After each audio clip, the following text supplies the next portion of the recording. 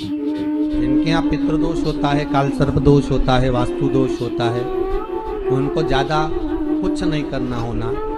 महाराज एक बेल का फल लीजिए, उसके अंदर का जो गुर्दा होता है, अंदर का जो भाग होता है, उसको निकाल लीजिए और उस बेल के फल में आटा सेक कर उसमें शक्कर मिलाकर उसको उसके अंदर भर लीजिए। अमावस्या के दिन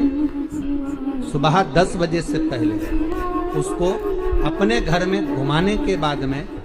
जिसको काल सर्प दोष बताया है, पितृदोष बताया है या वास्तु दोष का स्मरण बताया है,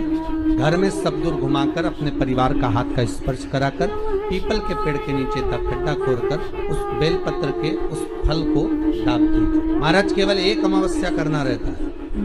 पितरों के दोष से मुक्ति मिलती है और हमारे घर के कार्य सफल होना प्रारंभ